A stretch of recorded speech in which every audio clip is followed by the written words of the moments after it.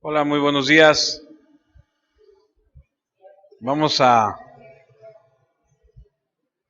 continuar en nuestro estudio del libro de Mateo. Y esta mañana vamos a la segunda de las preguntas que le van a hacer a nuestro Señor Jesús en su confrontamiento con los religiosos. Le he puesto por título a esta predicación, Dios de los vivos. ¿Cuántos saben que tenemos un Dios que es Dios de los vivos y no de los muertos? Ese es el Dios que tenemos. Pero antes de comenzar, antes de ir a la Escritura, creo que necesitamos ordenar un poco la escena para que fluya el texto. Y debo decirlo, la humanidad en general, con algunas excepciones, con pocas excepciones, tiene una fascinación por la resurrección.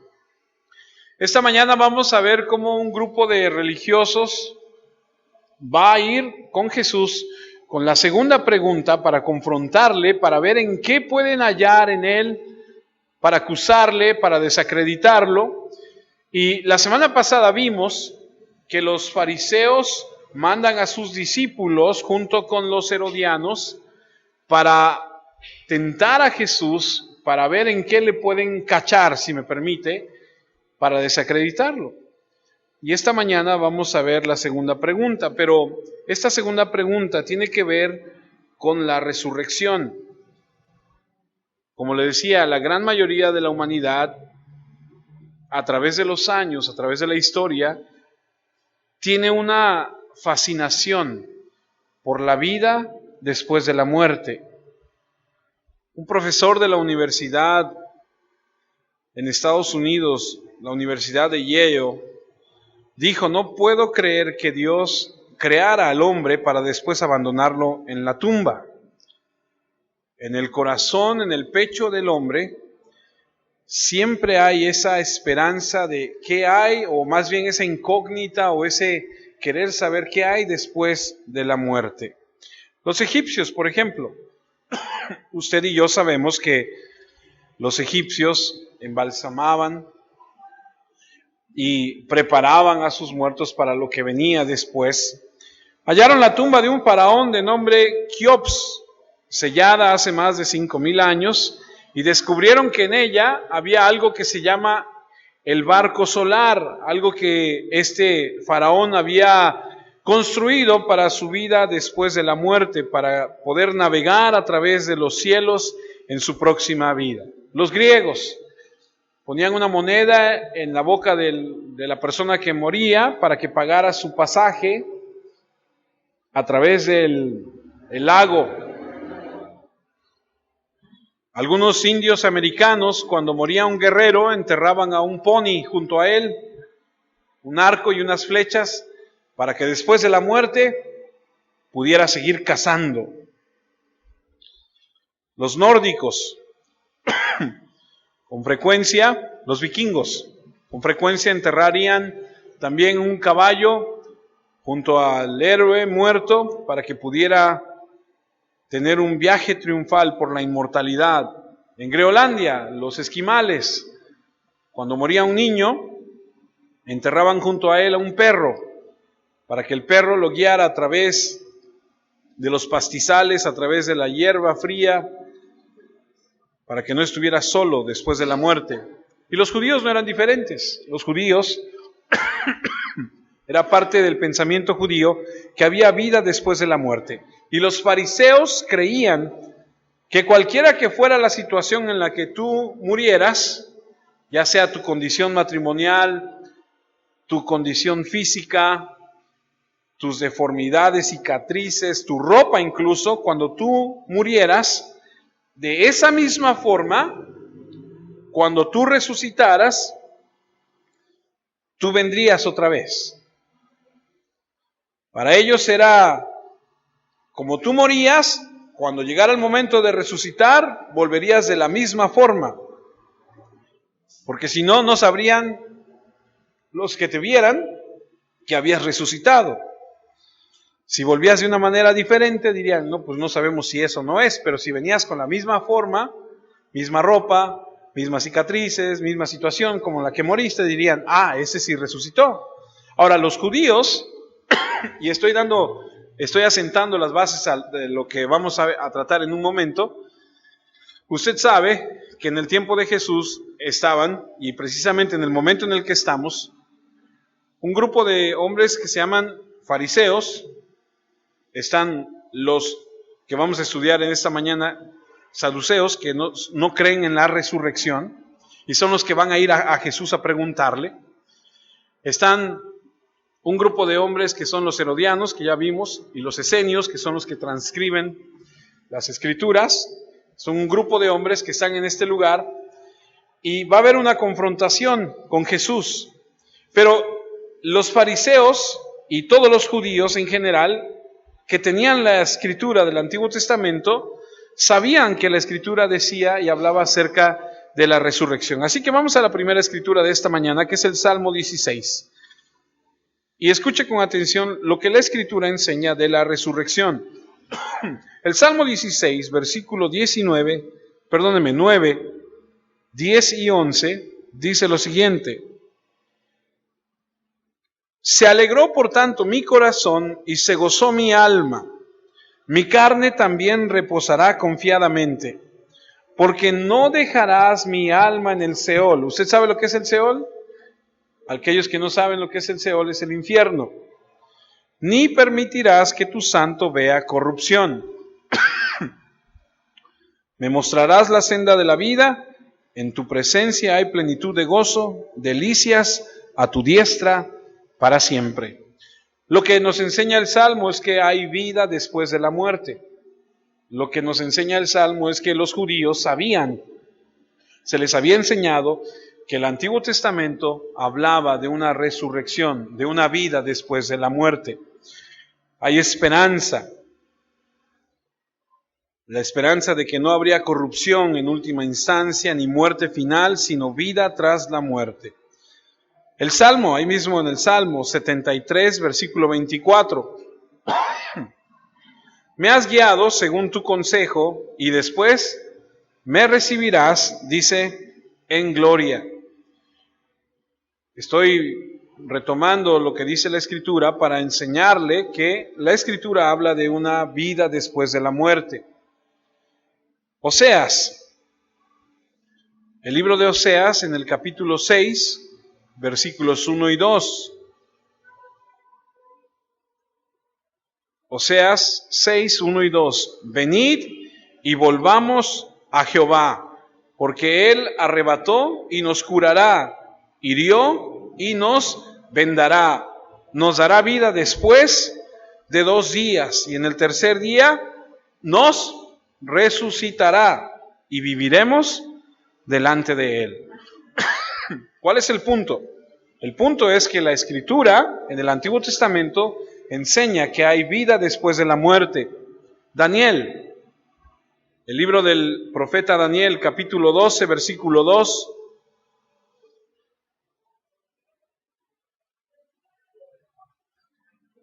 Y muchos de los que duermen en el polvo de la tierra serán despertados, unos para vida eterna y otros para vergüenza y confusión perpetua. La Biblia nos enseña que hay vida después de la muerte. No explica cómo va a ser. Por lo tanto, hubo muchos debates entre si tendrías la misma ropa, en que si tendrías ropa nueva, y que si tendrías la ropa con la que moriste, y algunos creían que serían ropas diferentes, y hubo mucha discusión acerca de las formas. Muchos creían que volverían de la misma forma, como les dije hace un rato, en la que habías muerto, y algunos decían, no, cuando regreses a la resurrección serás transformado. Y bueno, ¿por qué estamos viendo todo esto? Por el pensamiento que tiene esta gente que va a ir a confrontar a Jesús. Ahora sí vamos a Mateo. Mateo 22, versículo 23 en adelante.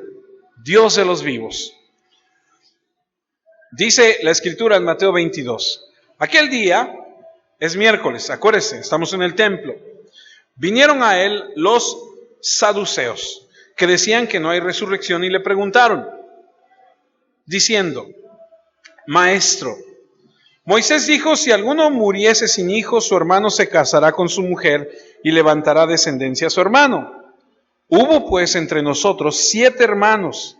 El primero se casó y murió, y no teniendo descendencia dejó su mujer a su hermano. De la misma manera también el segundo y el tercero hasta el séptimo. Y después de todos murió también la mujer. En la resurrección, pues, ¿de cuál de los 7 será ella mujer, ya que todos la tuvieron? Ahora, no pierda en cuenta que estos hombres que están preguntando esto no creen en la resurrección, ¿ok? Siguiente versículo, versículo 29. Entonces respondiendo Jesús les dijo, erráis, ignorando la Escritura y el poder de Dios, porque en la resurrección ni se casarán ni se darán en casamiento, sino serán como los ángeles de Dios en el cielo. Pero respecto a la resurrección de los muertos, ¿no habéis leído lo que os fue dicho por Dios cuando dijo, yo soy el Dios de Abraham, el Dios de Isaac y el Dios de Jacob? Dios no es Dios de muertos, sino de vivos. Oyendo esto, la gente se admiraba de su doctrina. Como le dije hace un momento, entre los judíos había este grupo que decía que la resurrección no existía. Es por eso que cuando usted lee el libro de Hechos, capítulo 23, versículo 8, usted vaya a Hechos, capítulo 23, versículo 8, el contexto de lo que está sucediendo ahí es que están acusando a Pablo.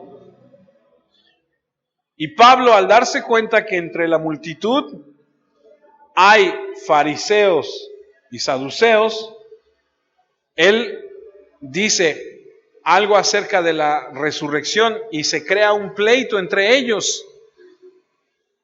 Por eso Hechos 23:8 dice, porque los saduceos dicen que no hay resurrección, ni ángel, ni espíritu, pero los fariseos afirman estas cosas. El contexto de Hechos 23 es que cuando están juzgando a Pablo, Pablo dice, al darse cuenta que están los dos grupos, algo acerca de los muertos, de la resurrección, y entonces empieza una discusión entre ellos. Unos dicen que sí, otros dicen que no, y entonces se suspende lo que está sucediendo porque Pablo aprovecha la confusión que hay entre ellos. Siempre estaban en un debate teológico continuo, acalorado, los fariseos y estos hombres que discutían entre la resurrección, los ángeles, porque estos negaban la resurrección y negaban los ángeles. Por supuesto, estoy hablando de los saduceos. Perdóneme, y este grupo de saduceos es un grupo inusual dentro del judaísmo, y como le dije hace un rato, están dentro del judaísmo, están los fariseos, los saduceos, los celotes y los esenios. Los esenios eran una especie de ermitaños que se dedicaban a transcribir, a copiar los pergaminos. ¿Usted ha escuchado hablar de los rollos del Mar Muerto? Ahí tengo una imagen. Estos rollos del Mar Muerto se encontraron por casualidad porque se perdió una oveja a unos pastores en 1945 y un pastor andaba buscando a esta oveja perdida y de casualidad, ¿verdad? Se metió a una cueva muy oscura, le dio miedo meterse más, tomó una roca, sin saber qué había adentro, la aventó y escuchó que se quebraba una vasija, una jarra, una olla de barro. Fue por su compañero, vinieron, alumbraron y entraron y encontraron unas vasijas grandes. Y descubrieron los rollos del Mar Muerto que datan de la escritura de Isaías, de Habacuc. Estos pergaminos que usted ve ahí tienen miles de años que se transcribieron. Eso es lo que hacían los esenios. Los celotes, que es otro grupo de los judíos que hay dentro de la sociedad judía, eran los activistas políticos, los nacionalistas, una especie de terroristas. Los celotes estaban siempre en contra de Roma. Los fariseos, que hemos estudiado mucho de ellos, son los religiosos, y están los saduceos, que no eran muchos, eran un grupo pequeño, eran extremadamente ricos, influyentes, la clase aristocrática del judaísmo, el escalón más alto dentro de la gama de grupos en Israel. De hecho, los principales sacerdotes, los sumos sacerdotes, los nobles, los más altos jerarcas de la iglesia, curiosamente eran saduceos. ¿De dónde viene la palabra saduceo? No lo sabemos, pero la mayoría de ellos eran miembros del Sanedrín, el cuerpo que gobernaba Israel. ¿Usted ha visto la Pasión de Cristo? ¿Ha visto la película de la Pasión de Cristo? Hay una parte donde sale Caifás, cuando llevan al actor que representa a Jesús con Poncio Pilatos. Este Caifás, el sumo sacerdote, es el principal de los saduceos y da las razones por las cuales quiere que se crucifique a este Jesús de Nazaret, y lo vamos a estudiar un poquito el día de hoy. Hombres muy ricos, mucha influencia, mucho prestigio, dirigían todas las concesiones del templo, eran los que vendían las plazas, para que usted y yo entendamos, dentro del templo. Los cambistas, los que vendían los animales, ellos tenían el control de todo esto, tenían mucho dinero, manejaban a mucha gente, no eran populares, la gente no tiende a no identificarse con los ricos que hacen todo para su beneficio propio, no eran populares. Y en segundo lugar, su teología no era la del pueblo.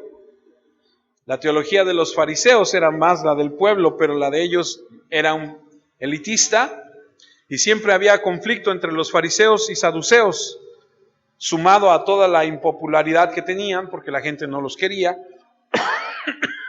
Siempre estaban en conflicto con los fariseos. Pero políticamente ellos decían sí a Roma.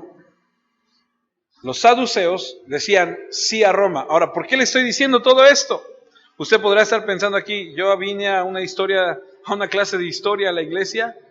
En un sentido, sí. Es importante que usted y yo entendamos el contexto, porque así podremos comprender por qué es que ellos le preguntan a Jesús lo que le preguntan y qué podemos aprender nosotros de esto. Bueno, estos hombres, llamados saduceos, eran pro Roma. Eran como los peces gordos. ¿Usted entiende esa expresión? Eran como los políticos de ese momento. Aprovechaban los puestos que tenían, prosperaban en su papel de sacerdotes bajo la tolerancia de Roma.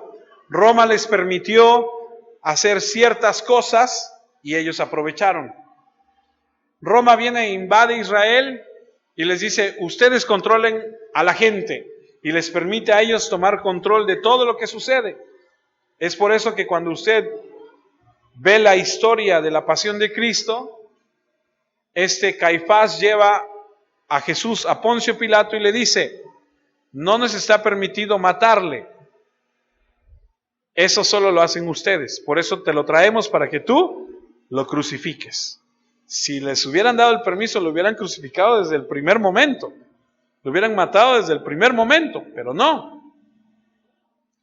Así que estos hombres aprovecharon que tenían ese derecho, esa función, e hicieron todo lo posible para que Roma se mantuviera. No pierda eso de mente. Buscaban la confianza, el favor de Roma, y sabían que su autoridad era un permiso delegado de la ocupación romana, y su riqueza y su posición y su control, influencia y todo prestigio dependía de Roma, porque los dejaba hacer lo que ellos quisieran, siempre y cuando dijeran sí a Roma. Ok. Debido a esto, la gente se resintió con ellos, no solamente por la riqueza, sino por su alianza política. Claro que eso terminó cuando en el año 70 se destruyó el templo. Cuando en el año 70 se destruye el templo, se termina toda la situación sacerdotal en Israel y se acaban los saduceos, se acaban los fariseos. Pero estos hombres aristócratas, influyentes, eran hiperfundamentalistas, eran muy literales en cuanto a la escritura. Por ejemplo, usted y yo sabemos que los fariseos decían, bueno, no nos podemos divorciar, pero si la mujer quema la comida, le echa mucha sal, si la mujer, y buscaron muchos pretextos, o sea, crearon todo un sistema para poder darle la vuelta a la ley. Pero los saduceos, de los que estamos hablando, dijeron, no, es así, y eran cuadrados en su manera de pensar en cuanto a la escritura. Tenían una mente estrecha.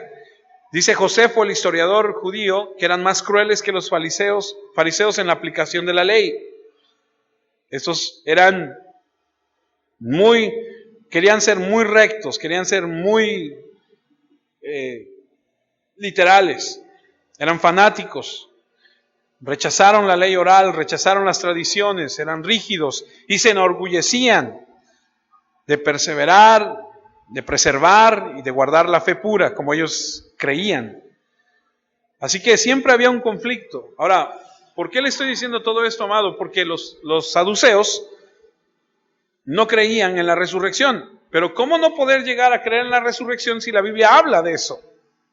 ¿Cómo no creer que hay una vida después de la muerte si la Biblia habla de eso? Bueno, en el contexto que le acabo de decir, estos saduceos son personas que dicen, nosotros somos muy literales, lo que dice la Biblia eso es lo que es, ok. ¿Y qué hicieron? Dijeron, los primeros 5 libros de la Biblia, que es el Pentateuco, usted conoce el Pentateuco, lo escribió Moisés, que son Génesis, Éxodo, Levítico, Números y Deuteronomio, son los libros que nosotros tomamos como la base de nuestra fe. Y como ahí no lo menciona, nosotros no aceptamos nada fuera de eso. ¿Conoce gente así? Que dice, no, yo nada más esto y lo demás no. Hablaba con una persona en la semana y me decía, yo nací católico y católico me muero porque eso es lo que me enseñaron y es mi tradición. Y se acabó. O sea, ok. ¿Conoce a alguien así? Ok. Así más o menos. Dijeron que el resto de las escrituras era solamente un comentario, un reflejo de los libros que escribió Moisés, y como no hablaba de la resurrección en los libros de Moisés, dijeron, no creemos en eso. Lo negaban. Creían, escuche, que el cuerpo, el alma, dejaban de existir al morir, sin penalizaciones, sin recompensa, sin futuro. Cuando te morías, tan, se acabó. ¡Pum! Se apagaron las luces, se acabó. ¡No más! Y entonces utilizaron la religión para obtener sus ganancias. La supremacía del Pentateuco les hizo negar la resurrección. Siempre estaban en debate con los fariseos. Y estos hombres del grupo saduceos dijeron, pues como no hay nada después, como no hay recompensa, como no hay penalidad, como no hay nada, vamos a vivir nuestra vida en esta tierra como mejor podamos. ¿Conoce a alguien así? Que dice, no pasa nada, ya te lavaron el coco, no es cierto, la vida, el infierno es aquí, dicen algunos, ¿cierto? No, tú ya creí, el infierno es aquí y vivir contigo es la realidad. No, hombre, y así dicen algunos, ¿no? ¿Alguien tiene una pastilla? Nada más una, ahorita me van a dar como 20, nada más una.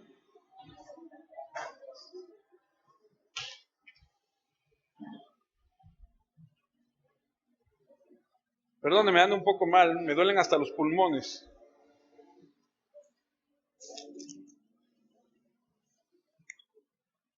Gracias, doña Rita. Pero si entonces estos hombres no creían en la resurrección, si entonces estos hombres no tenían esa necesidad, gracias, hijo.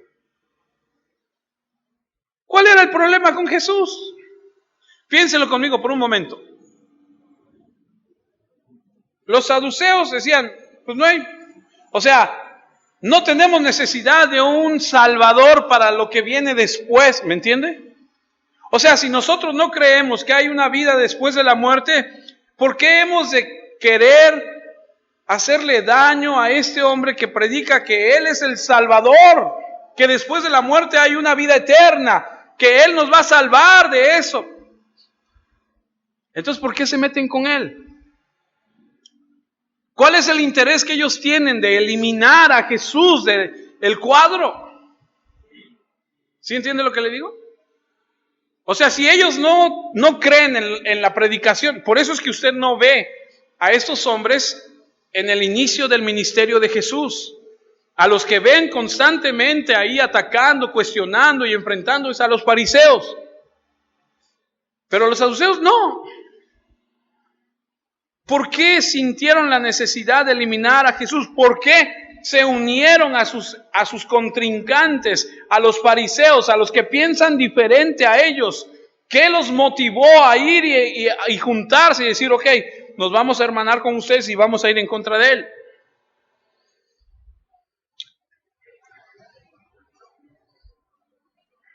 Vamos a echar un vistazo al texto y al enfoque. Le dije, es miércoles, en 2 días Él estará en la cruz, Él va a estar en la cruz el viernes.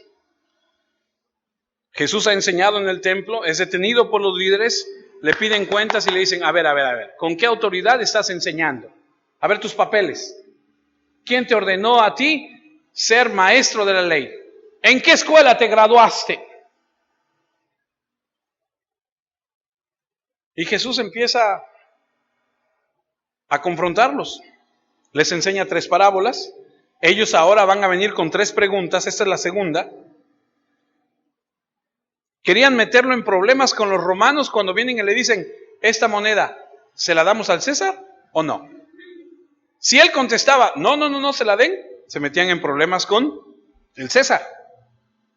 Hace rato que estaba yo repasando mis apuntes, me puse a ver un fragmento de la película de la Pasión de Cristo, y cuando Caifás lleva a Jesús delante de Poncio Pilato, Poncio le dice, ¿de qué se le acusa? Y este hombre contesta, se le acusa de no querer dar al César el tributo. Y en ese momento Caifás entonces dice, a ver, tráiganmelo para acá. Mentira. Porque si usted recuerda, Jesús dijo, dad al César lo que es de, y a Dios lo que es de Dios.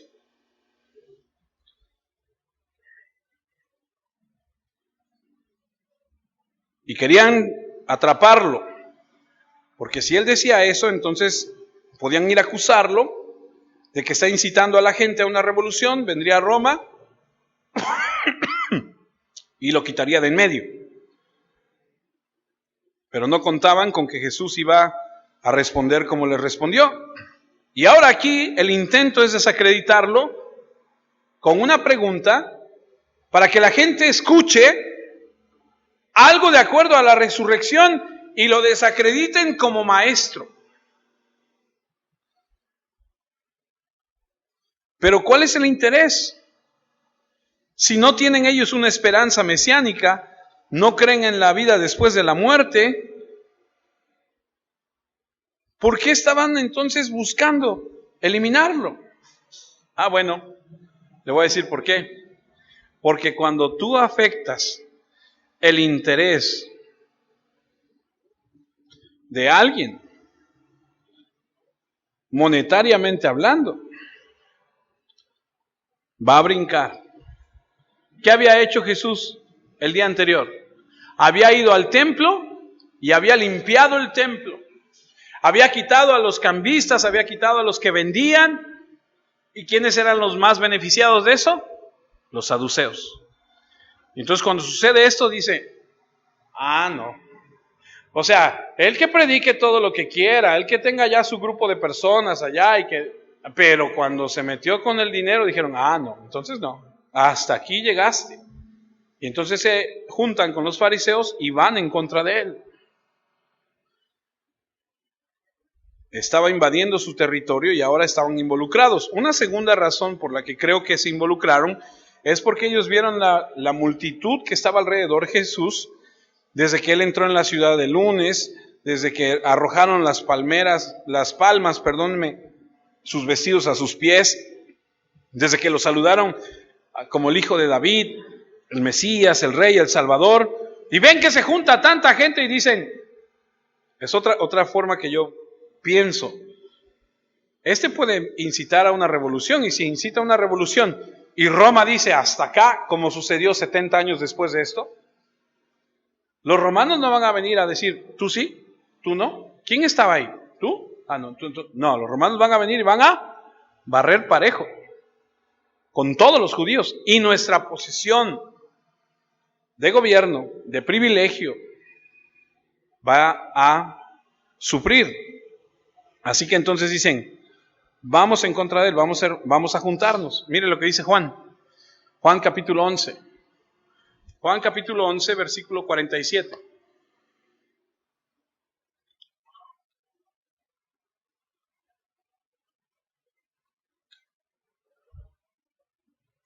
Entonces los principales sacerdotes y los fariseos reunieron el concilio y dijeron, ¿qué haremos? Porque este hombre hace muchas señales. Si le dejamos así, todos creerán en él, y vendrán los romanos y destruirán nuestro lugar santo y nuestra nación. Ahora escuche lo que dice el 49. Entonces Caifás, uno de ellos, sumo sacerdote aquel año, les dijo, vosotros no sabéis nada. Ahora escuche, antes de seguir adelante, escuche. El siguiente versículo, los siguientes versículos nos van a enseñar que Dios tiene el control. ¿Cuántos saben que Dios tiene el control? A pesar de que algunas cosas en nuestra vida no salgan como nosotros queremos o como nosotros esperamos, Dios tiene el control.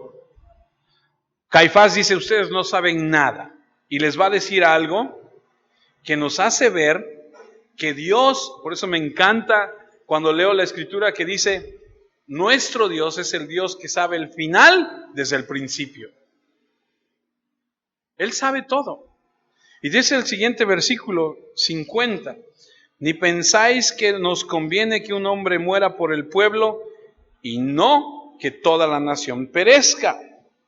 Esto no lo dijo por sí mismo, sino que como era el sumo sacerdote aquel año, profetizó que Jesús había de morir por la nación. ¿Sabe qué quiere decir eso? Que Dios utiliza aún a los malos. Porque este no era un hombre bueno.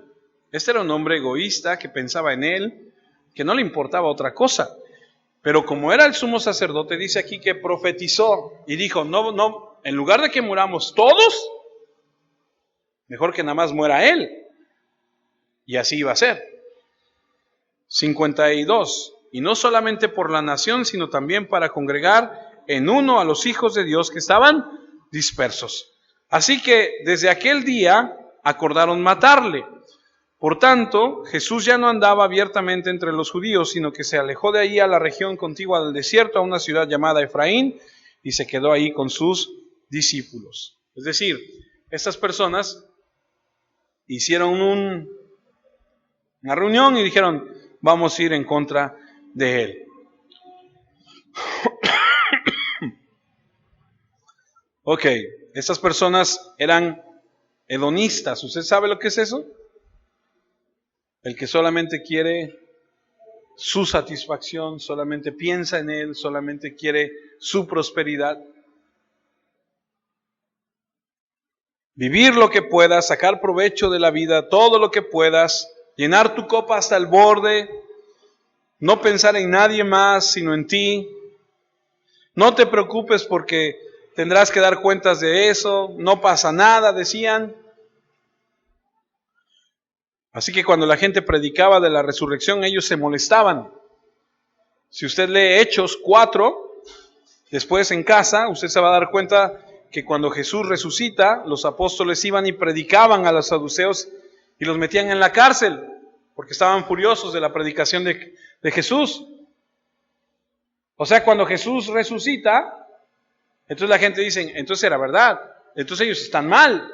Y entonces los saduceos decían, cállense, y los metían a la cárcel. Al que protegía la tumba de Jesús, ¿qué hicieron para que no dijera nada? le pagaron y le dijeron, vas a decir que vinieron y que se robaron el cuerpo.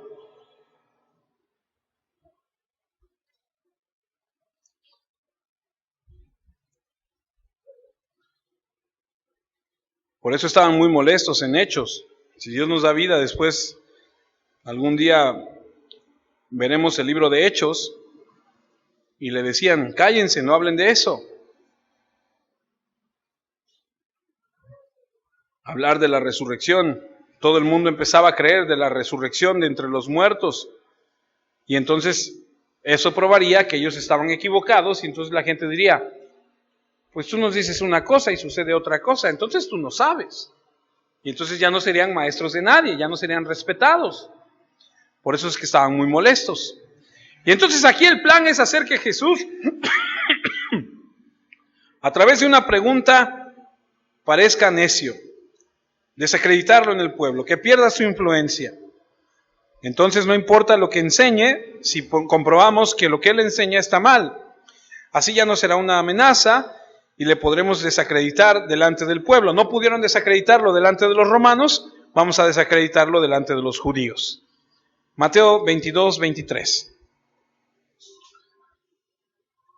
Aquel día vinieron a él los saduceos, que dicen que no hay resurrección, y le preguntaron diciendo, Maestro, Moisés dijo, si alguno muriere sin hijos, su hermano se casará con su mujer y levantará de descendencia a su hermano. Primera cosa que vemos aquí es que vienen y, como una burla pulida, le dicen, Maestro. Lo llaman maestro de una manera condescendiente, halagadora, pero no es cierto, lo quieren desacreditar. Y como ellos conocían la ley del levirato, ¿usted ha escuchado de esa ley? La ley del levirato dice en la ley judía que si tú te casabas y te morías y tenías un hermano, tu hermano estaba obligado a tomar a tu esposa por esposa y darte descendencia. Vamos a Deuteronomio 25. Con esa pregunta le salieron a Jesús. Deuteronomio 25, versículo 5. Cuando hermanos habitaren juntos y muriera alguno de ellos y no tuviera hijo, la mujer del muerto no se casará fuera con hombre extraño. Su cuñado se llegará a ella y la tomará por mujer y hará con ella parentesco. Y el primogénito que ella diera a luz sucederá en el nombre de su hermano muerto, para que el nombre de éste no sea borrado de Israel. Esa era la ley.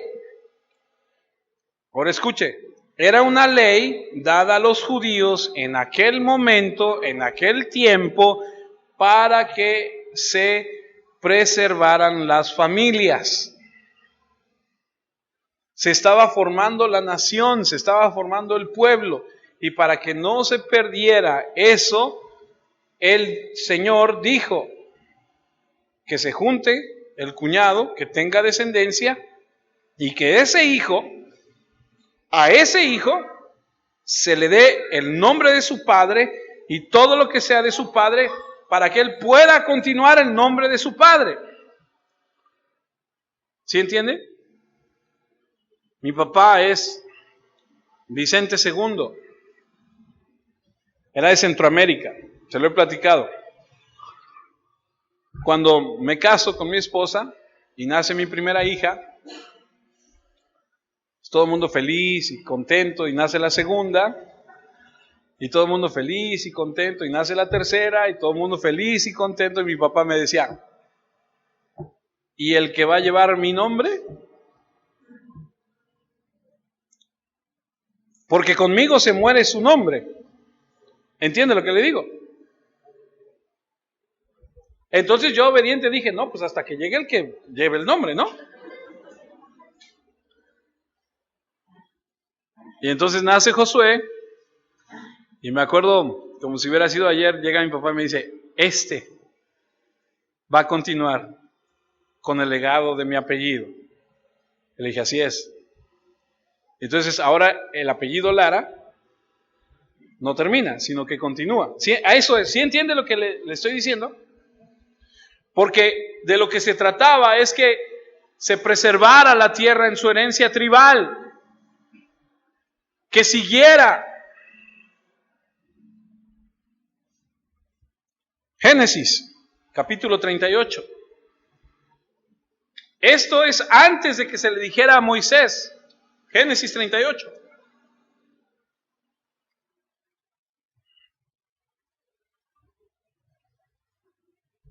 ¿Usted se acuerda de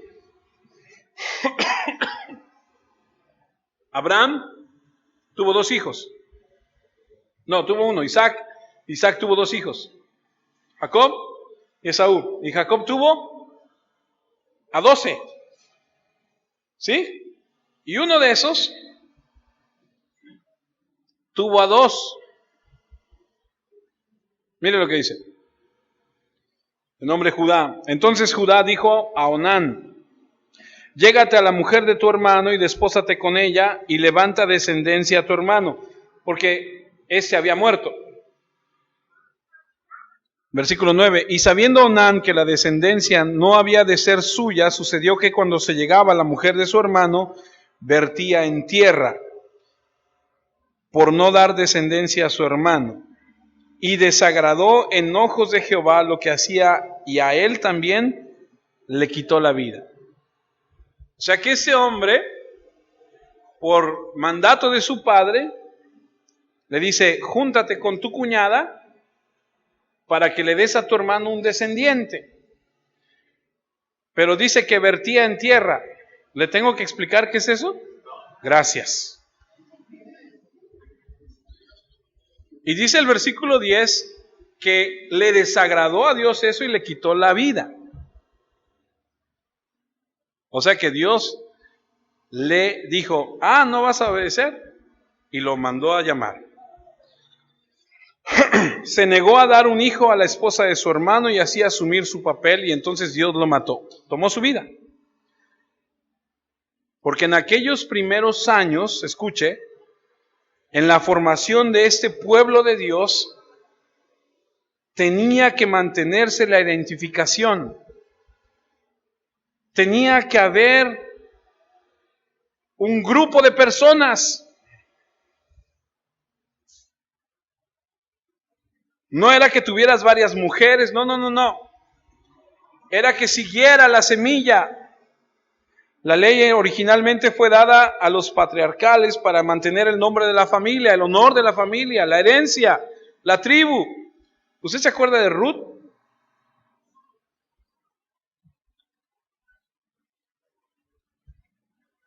Elimelech tuvo 2 hijos y Ruth se había casado con uno de ellos. Y ese hijo había muerto.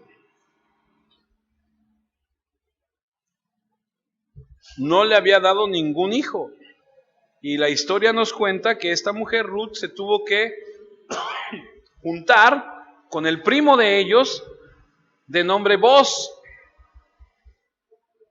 ¿Sí se acuerda? Bueno, pues esta unión de este Boz, que es primo lejano de esos que murieron, y esta mujer Ruth, son los bisabuelos del rey David. ¿Qué quiere decir esto? Que Dios, en su plan perfecto y sabio, hacía que la gente se juntara porque Él tiene un propósito. ¿Cuál era el propósito? Traer de ese linaje a Jesucristo.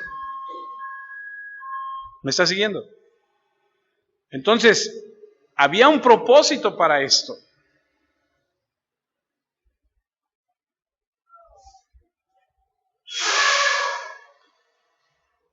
Voy a Mateo 22, 25.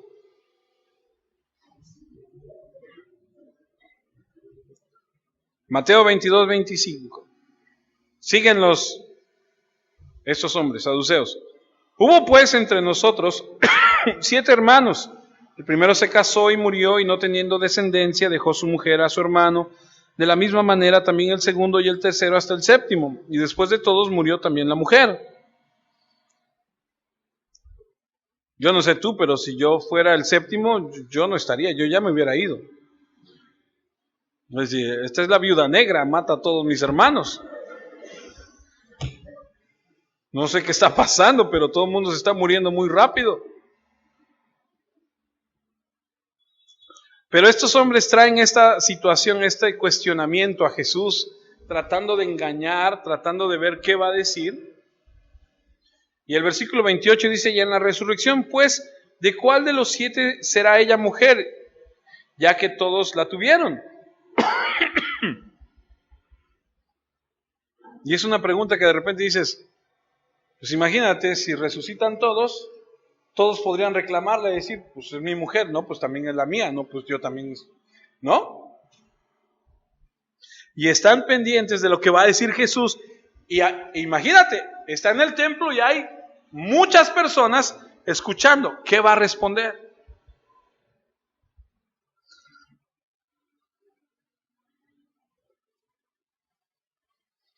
Versículo 29. Entonces respondiendo Jesús les dijo, erráis, ignorando las escrituras y el poder de Dios.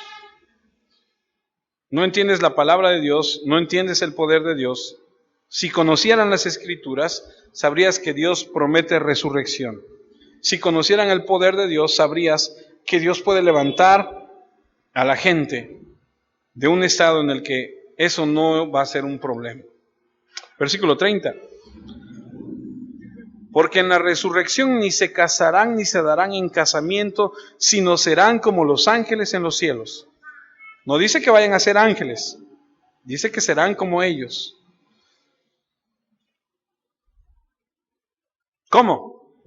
Los ángeles, ¿cómo son? Son seres espirituales, eternos, que no se casan, que no procrean. ¿Por qué? ¿Alguien sabe por qué? Porque su número no desciende. Son eternos. No hay necesidad de estar haciendo, Señor, hay que crear otros 458,000 ángeles porque murieron ayer 320. No. Son seres eternos. Hay miles de millares de ellos y ahí están. No hay que estar haciendo angelitos. Así que esas pinturas que nos enseñan que hay un angelito rechonchito en una nube tocando una arpa, son diferentes a nosotros que un día estamos y otro día ya no. No es necesario porque nadie va a morir ahí. Así que si nadie va a morir ahí y hay un número fijo y no hay que estar sustituyendo a nadie, pues no necesitamos la reproducción, no necesitamos el matrimonio, no va a haber partos. Eso solamente para esta vida. ¿Por qué? Porque el Señor dijo desde un principio, hay que llenar la tierra.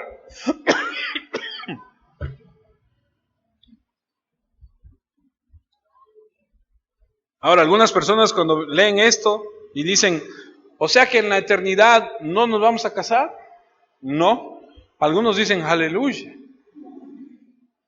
¿No? Una pena, pero algunos dicen, ay, gracias a Dios, allá no voy a tener que estar.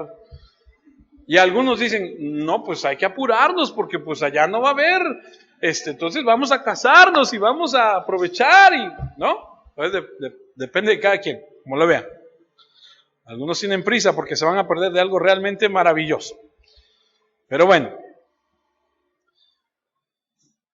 nada de esta vida está comparado con lo que viene.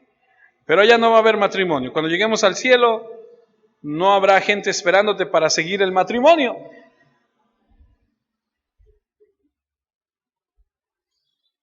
Como algunas personas dicen, por la eternidad, sí, por la eternidad. No, eso es aquí y ahora. Hasta que la muerte nos... Cuando tú lees Apocalipsis y te das cuenta que Juan va al cielo y va...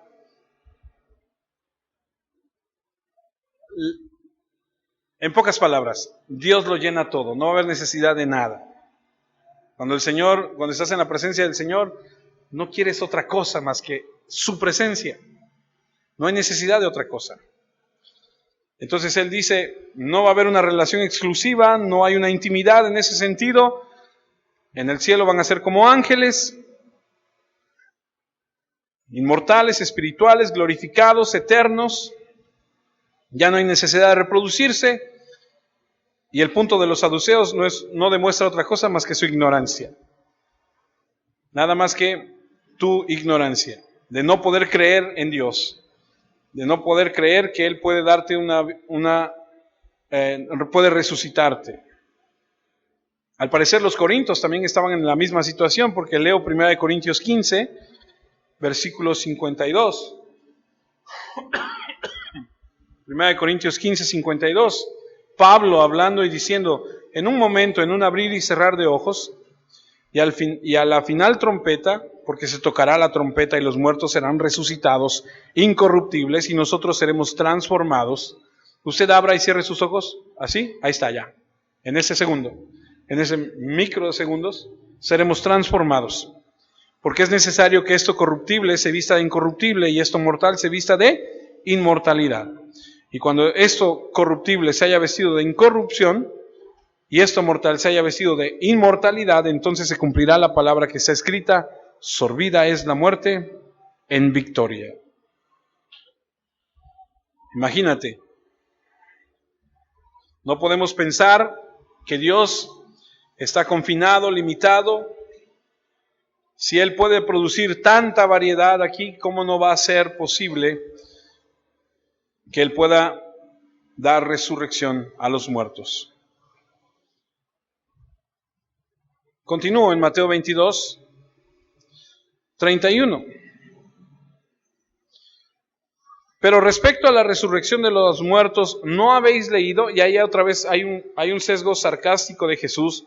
¿Qué no sabes? O sea, eres maestro de la ley y no sabes.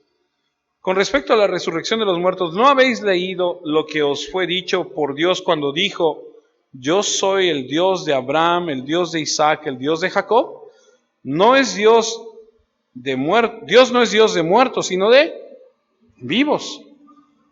Esto lo tomó de Éxodo. Mire lo que dice Éxodo 3:6. Y dijo, yo soy el Dios de tu padre, Dios de Abraham, Dios de Isaac y Dios de Jacob. Entonces Moisés cubrió su rostro porque tuvo miedo de mirar a Dios. Eso está en el Pentateuco. Ahora escuche, cita Éxodo que está dentro del Pentateuco, que es lo que ellos creen.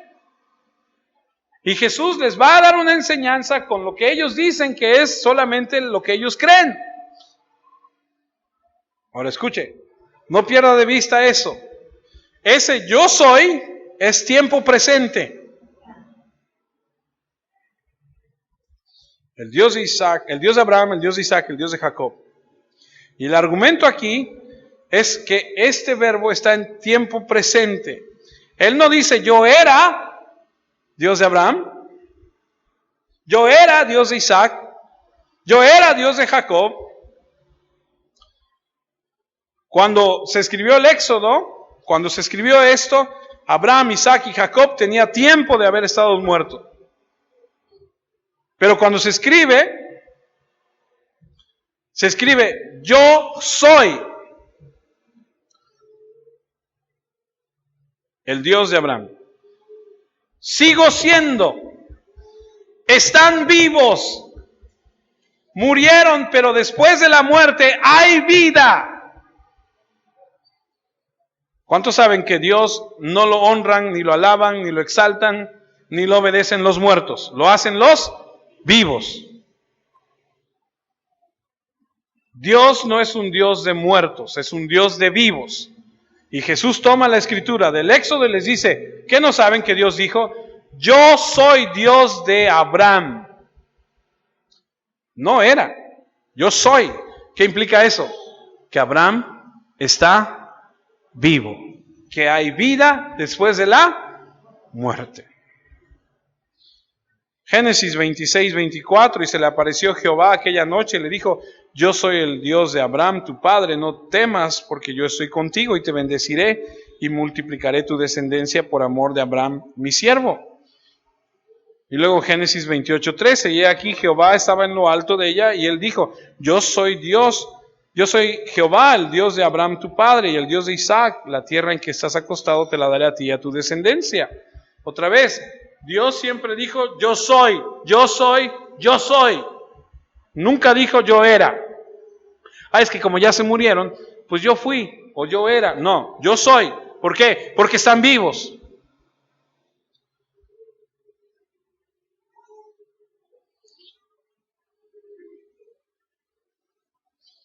Dios, como le dije, no es adorado por cadáveres. Él no es Dios de las personas que no existen. En otras palabras, Dios sigue teniendo una relación íntima de vida y de adoración con aquellas personas que han pasado de esta vida a otra. Dios de vivos. Dios ahora, presente. Ellos le pertenecen a Él y Él les pertenece a ellos. Siguen en algún lugar, en un pacto eterno que Dios guardó al darle esa promesa a ellos. Versículo 33 de Mateo. Oyendo esto la gente se admiraban de su doctrina.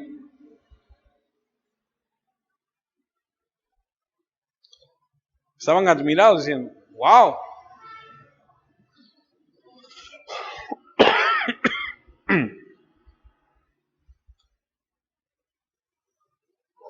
Querían desacreditarlo como maestro y no pudieron. Termino con 3 cosas. 3 cosas que nos ayudan a tener confianza. La majestuosa deidad de Jesús. Nadie más podía responder de la manera que Él respondió. Eso te lleva a pensar que Jesús es Dios. La divinidad revelada aquí. Yo sé en quién he creído. ¿Usted?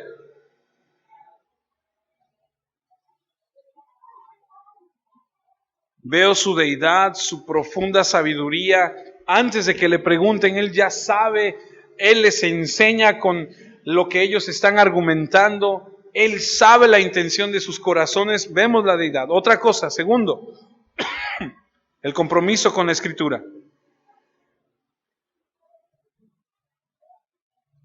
¿Sabe que Jesús pudo haber dicho cualquier cosa y hubiera sido palabra de Dios? ¿Amén? Cualquier cosa que Él hubiera dicho hubiera sido palabra de Dios, ¿cierto? Él pudo haber dicho, miren, lo que pasa es que ustedes así no han entendido. No. ¿Qué hizo? Fue a la Escritura. Tomó una porción de la Escritura y se las enseñó. Por eso, amada familia, se lo reitero una vez más porque se lo he dicho muchas veces. No se trata de lo que yo diga, se trata de lo que dice la Escritura. No se trata de lo que te digan, o lo que sientan, o lo que crean, sino de lo que dice la santa palabra de Dios. Jesús mismo tomó la Escritura y con la Escritura les enseñó. Y tercero, y con eso terminamos, su afirmación de la resurrección. Puedo ver 3 cosas que me ayudan a tener confianza. La deidad de Jesús, la certeza de su palabra y el amor que Él tiene por su palabra. Y número 3, la afirmación de la resurrección. Jesús nunca dudó por un momento y afirmó aquí que los muertos siguen vivos porque Dios es Dios de vivos. Y eso me anima a tener una visión correcta de ese Jesús de la Biblia, de esa dependencia de la Escritura, de esa visión de la esperanza de la vida eterna. En lugar de desacreditarlo, Él los desacreditó y expuso su majestad una vez más. Hay vida después de la muerte. Algunos para condenación y algunos para vida eterna. O bueno, cuando digo eso me refiero a que hay algo más después de la vida que en esta tierra, sí. Y debemos prepararnos y debemos vivir correctamente, amados. Así que medite cómo lleva su vida delante de Dios, porque un día le va a llamar a cuentas. ¿Cuándo? No sabemos. Pero cuando Él nos llame, que estemos bien. Oremos. Amado Padre, queremos en esta tarde ya darte gracias porque podemos reflexionar en tu palabra. Queremos agradecerte porque al ver tu palabra nos damos cuenta, Señor, de las riquezas que hay en ella. Señor, gracias por enseñarnos que hay una resurrección, que amas tu palabra, que eres Dios mismo, que conoces el corazón de cada persona, que no te dejas llevar por la lisonja de la gente,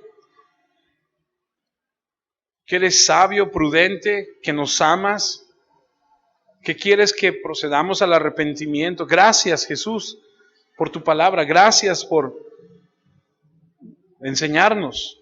Oro por mis hermanos y te pido que tu palabra quede sembrada en sus corazones y que Cristo sea exaltado, Padre amado, que tú seas exaltado.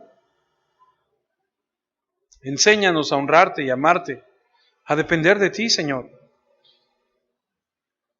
Perdónanos nuestros pecados, perdónanos por las veces que te hemos fallado, por la inconstancia, por la falta de fe, por las palabras vanas y sin fruto. Perdónanos por los malos pensamientos, por las malas acciones. Perdónanos por la falta de perdón, por el rencor que hemos guardado hacia la gente, Señor. Perdónanos, Señor, por no amarnos como debemos amarnos. Perdónanos, porque muchas veces hemos dicho que somos cristianos, pero muy pocas veces lo hemos demostrado. Perdónanos por poner nuestra confianza en otras cosas y no en ti. Perdónanos porque solamente te hemos buscado cuando estamos en apuros, cuando estamos en aprietos. Porque hemos puesto nuestra prioridad en otras cosas. Perdónanos. Danos sabiduría para vivir correctamente, gracia para contigo y para con los hombres. Te pido que el juicio empiece por tu casa, por tu iglesia, y nos laves y nos limpies para honrar tu bendito y santo nombre, Señor.